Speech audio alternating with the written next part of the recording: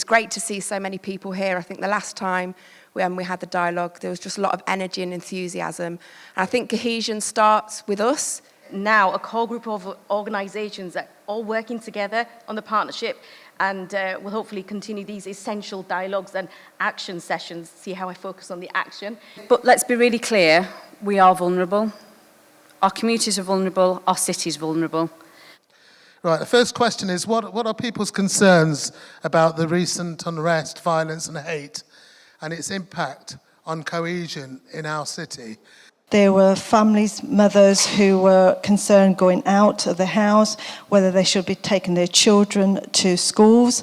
I know that the area where I live, there are very, very few people that look like me. So when the riot happened, I felt incredibly vulnerable. I've also made plans during that time to go out to certain places where the protest and the rioting was happening with my husband. I know we've cancelled those plans as a result of the fear. There was a case where a lady had suffered quite severe sort of discrimination on a bus, which led her to stop using public transport, but then she kind of stopped her family going on public transport because she just felt that it wasn't safe space anymore. The feeling of safety is going to take a long time to, rebuild if it was there in the first place. I'm aware that racism exists and discrimination exists and so on, and hatred views, people have them, but to see such a large group of people demonstrate that hate was a wake-up call for me. Trauma, we said that individuals and community are suffering ongoing trauma. This could be from the 60s, 70s and 80s, not necessarily what's happening now. And it's never been resolved. So sometimes they might have experienced something in the 60s and they've sort of not overcome it, but kind of dealt with it. And then something happens last week. It just triggers them and puts them back in that traumatic event that they might have suffered. The youth have kind of inherited the fear and uncertainty for that cycle. Obviously, that trauma doesn't just go away just because people aren't marching on the streets anymore. Misinformation and lack of knowledge. We talked about the media, politicians, incorrect histories, and generational misinformation and lack of knowledge, and the impact that can have. Social media seems to have amplified it, especially in current days. The police, however, did respond fairly quickly, but it was all amplified by misinformation. This drives a wedge between communities. And while a lot of the Nottingham groups have rallied together and there's been lots of conversations, it's like the individual change and the promises of the small groups won't necessarily make our communities feel inclusive and welcoming, because there's a lot of voices saying the opposite, and unfortunately they're very loud and very widespread apparently. And we were also talking about hate crime reporting, or the lack of, and the links to lack of trust in the police, lack of response. But the reality is that on the streets, and with people that Yazdan works with at the Refugee Forum, the police are not seen as an ally. They do not see confident with the police around their experience of hate incident or hate crimes. Their connections they see is that that might have an impact during their status. They see Home Office and the police lined together, side by side. We pay the same taxes, everybody else is the same, so why should we be treated worse on taxes? Safeguarding, hate crime, safe place for children to express themselves in schools. And it's really hard to have a rational dialogue on this topic without feelings of anger and worry like bubbling over, because human rights should never be up for debate. The system makes us divided, and our community infrastructure is just eroded to the point where we're really relying on mutual aid to look after each other in our communities. And actually what we needed in the summer was those officers that used to work for our city council on our streets, because they're the people that give reassurance, they're the people that know who's who in our grassroots communities. So yeah, it's an impact of the cuts for sure.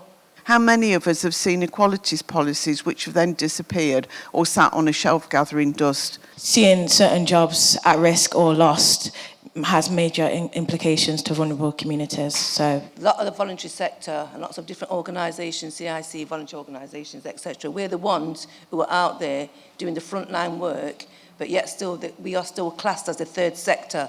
We're not the third sector, and we're not a voice. People keep on saying, with the third sector, we're the sector who's actually doing the work, because at the moment...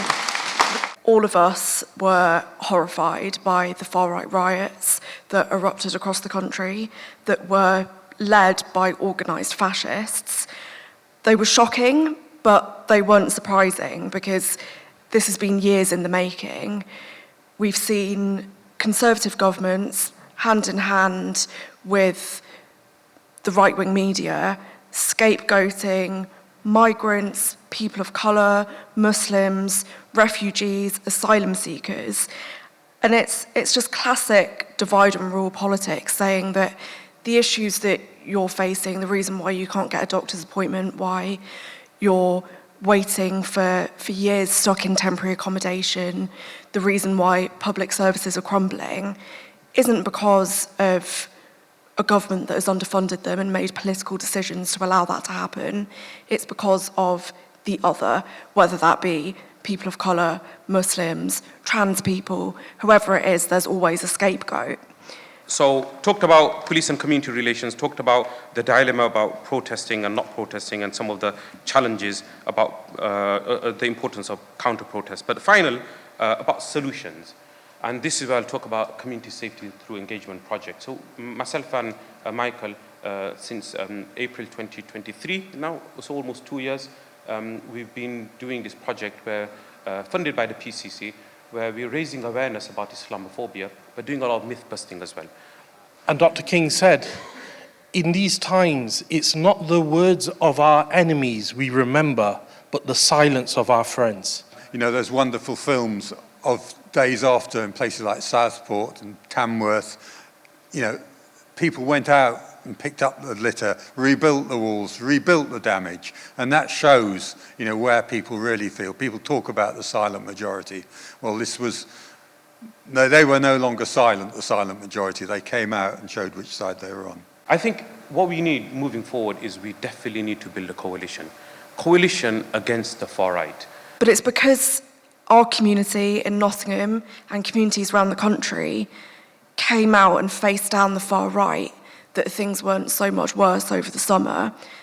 And now our role in this room and outside of it is to build a movement that can act as a counterweight to that rightward pressure on our government. We saw people mobilising against the violence. I think now if we can turn that into setting up, you know, regular, long-standing work in our communities that unites people around opposition to the far right. It starts from 2 individuals, but the number of people keep increasing on both the parties. So cultural competency training is for 1 individual or group of individuals, but we can establish it in different levels if we understand what the core of it is. And the core of it is actually to be kind, to be open-minded, to be non-judgmental. So more than ever, we need to stand up as a community, as human beings, together and offer love and kindness. Day to day, we all need to continue to build this strong network, take the time and opportunities to come together so we can get to know each other better. We can look at ways of sharing information and, you know, reaching out to groups local to us and finding ways of working together. If we start from small cells like this, then when we go out, we still communicate about what we've been learning. But potentially, maybe we need a Nottingham Festival that actually brings people together who love the city and welcomes and invites and celebrates all cultures at a kind of Nottingham Festival. We think it's very important that a lot of events happen across the city that are fun, involve people, involve families, involve different people coming together. So not only the fun bit, that we built some sort of actions in there. There might be some stalls around awareness raising, maybe talking to people about difference, maybe talking to people about wanting to know about other cultures. So bringing all that kind of work into it, building in some of that practical stuff at an event, which lots of people go out to. Schools and universities should could provide their buildings as community hubs because they're often closed during school holidays and also after hours as well. Opening up spaces and ensuring that if we do have that, we can give it to community groups. Yeah, and one of the main things I suppose we talked about was a network to communicate. So having that cohesion through and that ability to, and I suppose that comes down to the physical spaces, but actually that can be, that can come across in other ways, can't it too? And joint resources, therefore, coming from that, thinking about podcasts, social media, newsletters, and the accessibility of those as well.